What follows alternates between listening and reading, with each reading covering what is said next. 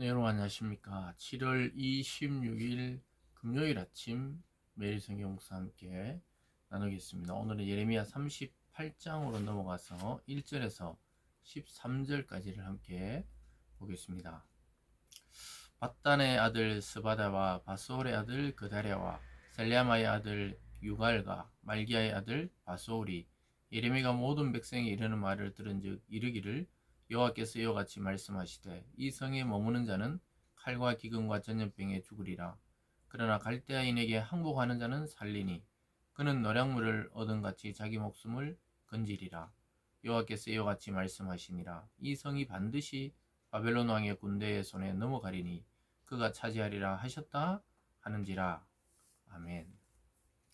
오늘 본문의 내용을 통해 위기 속에서 빛난 하나님의 은혜, 위기 속에서 빛난 하나님의 은혜라는 제목으로 말씀을 증거하겠습니다.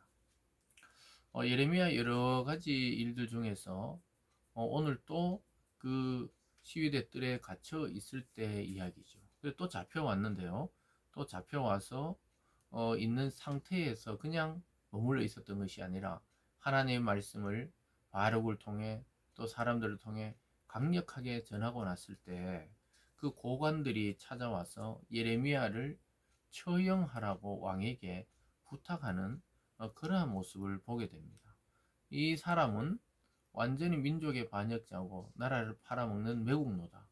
왜냐하면 하나님이 바벨론에게 항복하지 않으면 칼과 기근과 전염병으로 우리가 다 죽게 된다고 예언했다는 거예요.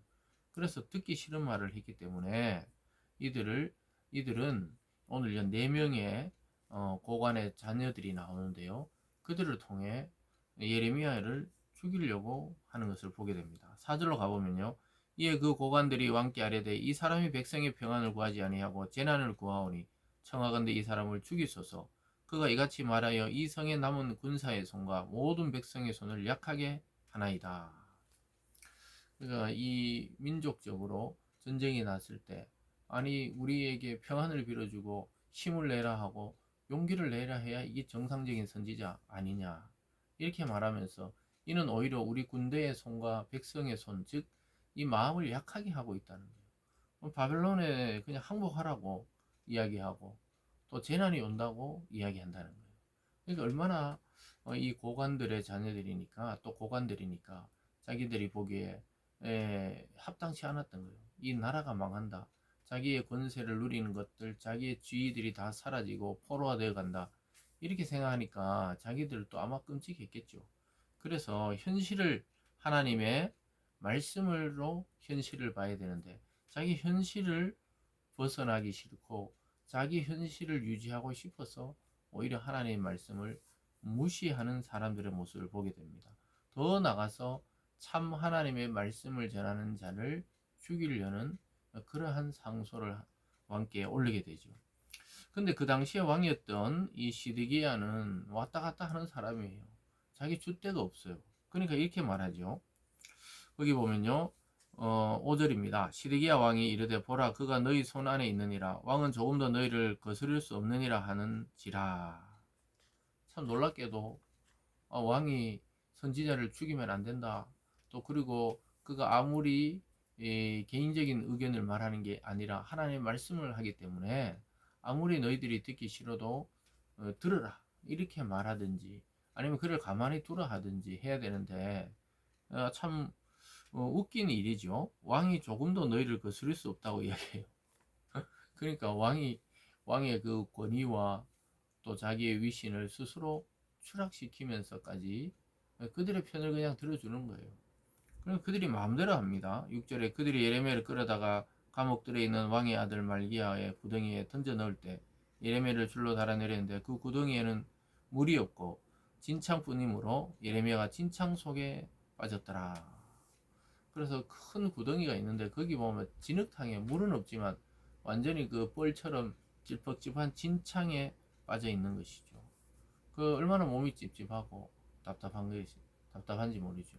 이 예레미야는 참 하나님의 말씀을 전했다가 이처럼 계속 갇히고 풀려났다가 또 갇히고 오늘은 완전히 진창 속의 그 구덩이에 갇혀가지고 이제 나올 수도 없고 곧 죽게 생겼던 것입니다. 근데 하나님이 이러한 위기 속에 안 들어가게 하면 좋은데, 하나님은 이 백성을 위해서 참 선지자로서 활동했던 예레미야에게 고난을 허락하세요. 사실은 이 앞으로 이 민족이 당할 고난을 예표하는 것이죠. 그래서 진창 속에 빠져 있는데 아주 놀랍게도 오늘 유대인이 아닌, 이스라엘 사람이 아닌 왕궁의 내시였던 구스 사람이 그들을 왕을 설득해서 예레미야를 구해냅니다. 이 사람은 고관도 아니고 또 자칫 잘못하면 자기 목숨이 위험할 수도 있는데 시드기야 왕에게 이야기합니다. 왜냐하면 그 왕의 성품을 아는 거예요. 왔다 갔다 하는 거예요. 그래서 설득해서 그를 건져 넣습니다. 7절에 보면 왕궁 내시 구스 에베멜렉이 그들이 예레미야를 구덩이에 던져 넣었음을 들으니라. 그때 왕이 베냐민 문에 앉았더니 에베멜렉이 왕궁에서 나와 왕께 아뢰되 내 주 왕이여, 저 사람들이 선지자 예레미야에게 행한 모든 일은 악한 이이다.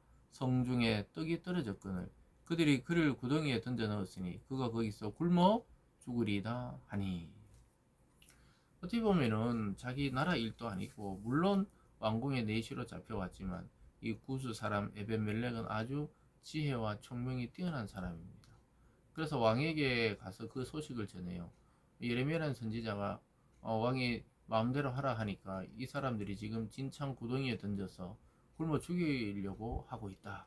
이 말을 왕의 귀에다가 이야기합니다.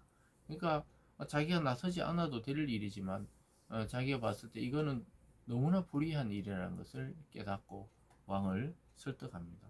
그러니까 또 왕이 그를 건져내서 구해내라고 이야기해요. 10절에 보면 왕이 구스 사람 에베멜렉에게 명령하여 이르되 너는 여기서 30명을 데리고 가서 선지자 예레미야가 죽기 전에 그를 구덩이에서 끌어내라.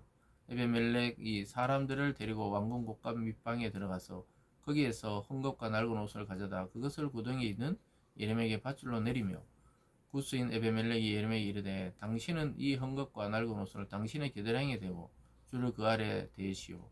예레미야가 그대로 하며 그들이 줄로 예레미야를 구덩이에서 끌어낸지라. 예레미야가 시위대 뜰에 머무느니라. 사랑하는 여러분, 시드기야 왕이 참 줏대가 없는 게 이때는 오히려 또 좋은 것이죠. 하나님은 그의 성품과 성질을 다 알고 구스의 사람 출신의 그 내시인 에벤멜렉을 통해 예레미야를 구원해냅니다. 정말 이 절체절명의 위기 속에서 하나님의 은혜가 빛나고 있는 모습을 우리는 발견하게 됩니다. 마치 사자굴 속에 있는 다니엘을 구원해내고 또 감옥 밑창에 들어가 있던 요셉을 애굽의 총리로 삼듯이 어떤 위기 속에서 믿음의 사람들은 믿음 때문에 당하는 위기가 반드시 있습니다. 그러나 하나님은 그 위기 속에서도 빛나고 계시고 또 우리의 삶을 건져내실 수 있는 분이란 사실을 우리는 항상 신뢰해야 됩니다. 우리가 어떤 병에 들었든지 어떤 사고를 당했든지 어떤 재난에 빠져 있든지 아니면 신앙적인 갈등과 고민 속에 정말 지쳐가고 있든지 그럴지라도 하나님은 우리의 그 마음을 아시고 우리를 건져내신다는 사실을 깨달을 수 있기를 바랍니다. 그래서 결국은 예레미야는 다시 살아나서 시위대 뜰에서 안전한 그 보호장치가 있는 곳에서 머물게 됩니다. 그래서 오늘 하루를 살아가시면서 이 말씀을 잘 묵상해 보면서 우리가 지금껏 위기 속에서도 하나님 우리를 건져주시고 지금껏 살아남았듯이 오늘에 당하는 일들과 앞으로의 일들 가운데서도 하나님은 위기 때 오히려 더 선명하게 하나님의 음성이 들릴 수가 있는 것입니다. 그래서 오늘 말씀을 통해 우리를 구원해 내시고 우리에게 회복을 주시는 하나님을 절대적으로 신뢰하는 하루가 되기를 바랍니다. 기도하겠습니다. 사랑의 하나님 아버지 감사드립니다. 때로는 앞길이 보이지 않고 때로는 너무나 주위의 사람들부터 억울한 일을 당할 때 우리의 마음이 낙심되고 또 상황이 어려워질 때마다 포기하고 싶을 때가 있을 것입니다. 그러나 하나님은 예레미야 상황을 아시고 구스의 그 내시 에베멜렉을 준비하듯이 아버지 하나님 우리에게 살 길을 주시고 돕는 자를 붙여주시고 결국은 우리의 상황 속에서 구출하시고 구원하시는 분이란 사실을 신뢰하는 우리들 되게 도와 주시옵소서. 감사드리며 예수님 이름으로 기도드리옵나이다. 아멘.